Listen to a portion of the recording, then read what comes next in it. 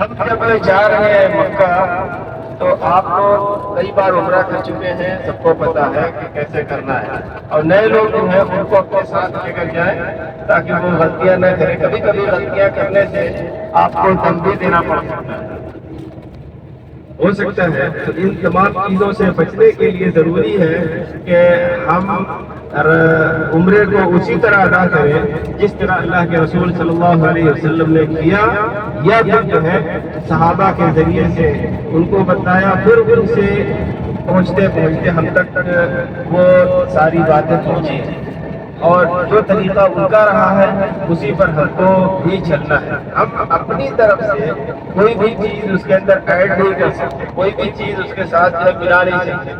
اگر کیا ہم کو بہت اچھی لگے، بہت کوئی چیز کوئی عبادت بہت اچھی لگے، ہم نہیں کر سکتے۔ جیسے ابھی جا رہے ہیں طواف کریں گے، 7 چکر کرنا ہے، تو ہم خوشی کے مارے یا ہمارے اچھائی کے خلاف 8 کر لیں، 9 کر لیں، نہیں، یہ آپ کے لیے درست نہیں ہے، ہمارے لیے کسی کے لیے بھی درست نہیں ہے، کیونکہ ہم ان سے زیادہ سمجھدار نہیں ہیں جن کو شریعت دے کر اللہ تبارک و تعالیٰ نے بھیجا تھا۔ ان کو 7 چکر کا حکم دیا تھا، ہم بھی 7 ہی چکر لگائیں گے، اس سے زیادہ نہیں کریں گے۔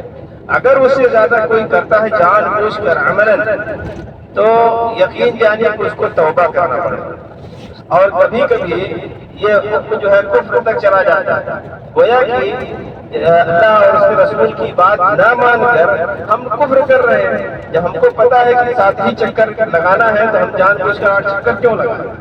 تو اس طرح کی کہیں بھی کوئی غلطی نہ کریں۔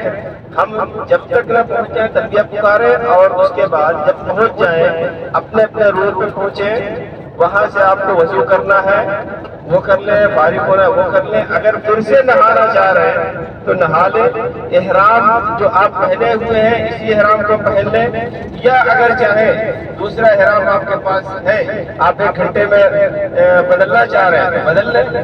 ہو سکتا ہے بڑے بڑے لوگ بدلتے رہتے ہیں،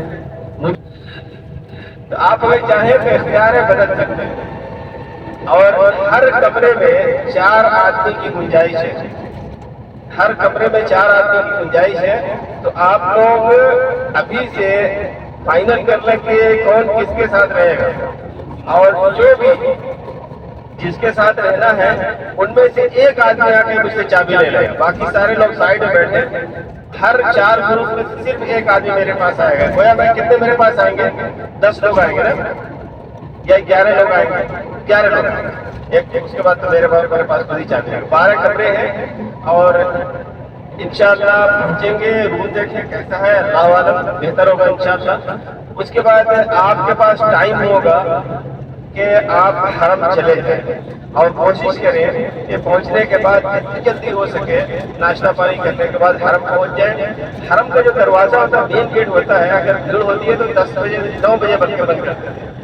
ہو سکتا ہے بھیڑ کم ہے تو 10 بجے تک کھلے، لیکن آپ اس کے چکر میں نہ پڑیں، آپ 9-10 کے چکر میں نہ پڑیں۔ آپ جب پہنچیں ناشتہ وغیرہ جو بھی کرنا ہے جلدی کریں، اور کر کے حرم کے اندر گھس جائیں، پورا عمرہ کر کے جمعہ کے بعد جمعہ تک فارغ ہو جائیں، جمعہ کی نماز بھی پڑھیں۔ اس کے بعد آپ چاہے تو اوپر آ جائیں، عصر کی نماز رہی عصر کی پڑھ لیجیے، اور اگر تاخیر ہو گئی عصر کی مطلب آنے کے بعد ہو سکتا ہے سو جائے تو اتنا محال ہو جائے، جب آپ اٹھیں عصر کی نماز پڑھ لیں۔ مغرب عشاء آپ کے پاس رہے گا، مغرب عشاء حرم میں پڑھیں، اور کل کی فجر وہ پڑھ کر انشاءاللہ ہم لوگوں کو نکلنا ہے۔ لیکن آپ لوگوں کو ہم 6:30 بجے کا ٹائم دے رہے ہیں، جو ٹائم دے رہے ہیں نا اسی پر آنا۔ اگر اس سے زیادہ جو ہے کوئی زیادہ لیٹ ہوا تو پھر وہ اپنا سمجھے گا، نماز میرا 6 بجے پہلے ختم ہو جاتا ہے، حرم میں پڑھ سکتے ہیں، لیکن 6:30 اور 7 کے بیچ میں حاضر ہو جائے، یہ آپ کے لیے لاسٹ ٹائم ہے، اس سے زیادہ نہیں۔ 6:30 اور 7 کے بیچ میں حاضر ہو جائیں، اور گاڑی انشاءاللہ موجود ہوگی، لیاقت بھائی نے کہا ہے گاڑی لگا دیں گے۔ آپ جیسے گاڑی میں اپنا سامان رکھتے جائیں، اور جہاں بیٹھے اسی جگہ بیٹھے، اپنی سیٹ چینج نہ کریں تاکہ کسی کو پریشانی نہ ہو، جو جہاں بیٹھا اس کے لیے وہی مناسب رہے گا۔ کل صبح انشاءاللہ ہم لوگ 6:30 پونے 7 کے بیچ میں وہاں سے نکل جائیں گے، اور اللہ نے چاہا تو انشاءاللہ 10-11 بجے تک ہم لوگ راکا پہنچ جائیں گے۔ پھر آرام کریں، اس کے بعد پھر آپ کو ڈیوٹی دینا ہوگی، سب کو ڈیوٹی دینا رہتی ہے، لوگوں کو ڈیوٹی دینا رہتی ہے۔ ابھی جب ہم لوگ مکہ پہنچیں گے، حرم پہنچنے کے بعد بتا رہا ہوں کہ جب آپ فارغ ہو گئے روم سے، ساری چیزیں کر کے چلے گئے، حرم جانا ہوا، کوشش کریں اگر بھیڑ بھاڑ نہیں ہے تو باب السلام سے، سلام گیٹ جو ہے وہاں سے آپ حرم میں داخل ہوں، کوشش کرو، زبردست نہیں ہے۔ اگر آپ کے دور پڑتا ہے، اپنی سائڈ میں پڑتا ہے، تو آپ جس گیٹ کے حرم کے اندر داخل ہونا چاہیں داخل ہو جائیں۔ لیکن اگر اللہ کے نبی صلی اللہ علیہ وسلم کی اقتداء کرنا چاہتے ہیں، ان کے جو سنت رہی ہے اس پر عمل کرنا چاہتے ہیں، تو باب السلام صفا اور مروہ کے بیچ میں ہے، وہاں پہنچے اور اس گیٹ سے داخل ہو، اور اس کے بعد آپ طواف کرنے کے لیے شروع ہو۔ طواف کرنے کے لیے جب آپ پہنچیں گے، پہلا چکر لگانے سے پہلے یہ جو کندھا ہے، داہنا کندھا، بایاں نہیں، داہنا کندھا آپ کھول لیں اور بائیں کندھے کو ڈھکا رہیں۔ ایک منٹ میں کر کے بتا رہا ہوں۔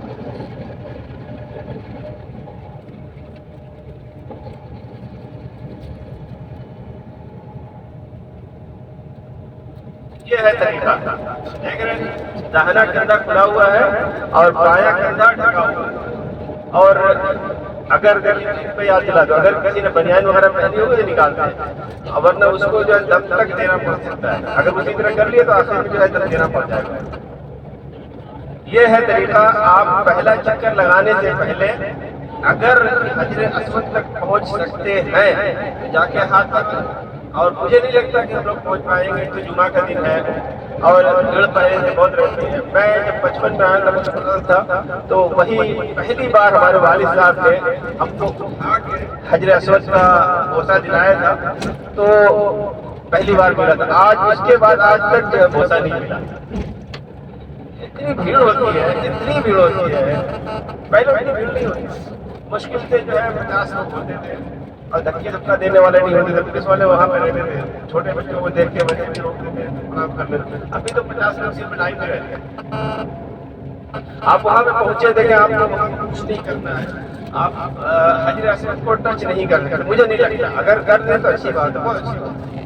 آپ اگر نہیں کر سکتے صرف ہاتھ اٹھائیں، بسم اللہ اللہ اکبر کہیں اور آگے بڑھیں، اور وہاں پہ آپ کو کوئی خاص دعا نہیں ہے۔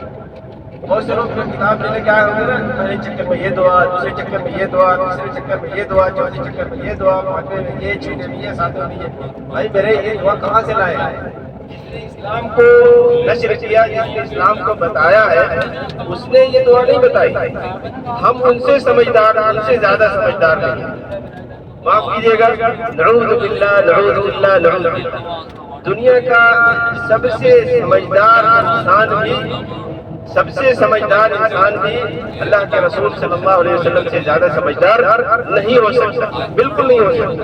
ان کو شریعت دی گئی تھی، انہوں نے اسلام کو سمجھا، اور اللہ تبارک و تعالیٰ نے جیسے بتایا بعینہ ویسے ہی امت تک پہنچایا ہے۔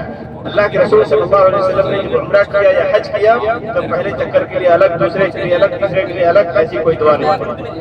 آپ کو کوئی بھی دعا یاد ہے آپ پڑھیں، جو بھی آپ کے حق میں بہتر ہو سکے۔ بہت سے ہم لوگ جو ہے ہندوستان پاکستان سے تعلق رکھتے ہیں، عربی نہیں جانتے ہیں۔ اگر ایسا نہ ہو کہ دعا ہم کو ضرورت کسی اور چیز کی دعا ہے اور ضرورت ہے، اور ہم جو ہے کسی اور دعا میں لگے ہوئے، کیا فائدہ ہوگا؟ اگر ہم کو کچھ پریشانی ہے اور ہم دعا کر رہے ہیں کسی اور جگہ پر جانے کے لیے کہ اللہ تعالیٰ جو ہے مجھے بیت المقدس کی زیارت کرا دے، کیا فائدہ ہوگا؟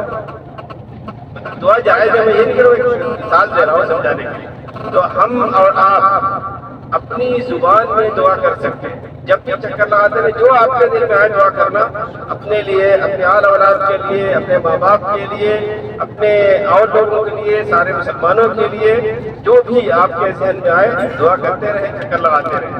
آپ جب چکر لگا کر حجر اسود سے چل کر رکن یمانی تک آئیں گے تو وہاں پہ آپ کو نہ اشارہ کرنا ہے، نہ ہاتھ لگانا ہے، نہ بوسہ دینا، کچھ نہیں کرنا ہے۔ وہاں سے جب آپ کراس کریں گے، ایک دعا ہے میرے خیال سے سب کو یاد ہوگی، جو عمرہ کر چکے ہیں، امتحان لیا جائے گا۔ کون سی دعا ہے تنویر بھائی؟ ربنا آتنا فی الدنیا حسنہ وفی الآخرۃ حسنہ وقنا عذاب النار. یہ دعا صرف اتنی دعا اللہ کا نبی صلی اللہ علیہ وسلم سے ثابت ہے، اور وہاں پہ ثابت ہے جب آپ رکن یمانی اور حجر اسود کے درمیان وہاں آپ بالکل پڑھیں. اور باقی جو چک ہے یا باقی جو جگہ ہے آپ چاہیں تو قرآن کی آیت تلاوت کریں اگر آپ کو یاد ہے، آپ چاہیں تو اپنے لیے دعا کریں اور اپنے گھر والوں کے لیے، اپنے دوسرے لوگوں کے لیے جو چاہے دعا کرنا تو آپ دعا کرتے رہیں. حتی الامکان اپنے ساتھیوں سے بات کرنے میں پرہیز کریں. حتی الامکان آدمی بات کر لیتا ہے لیکن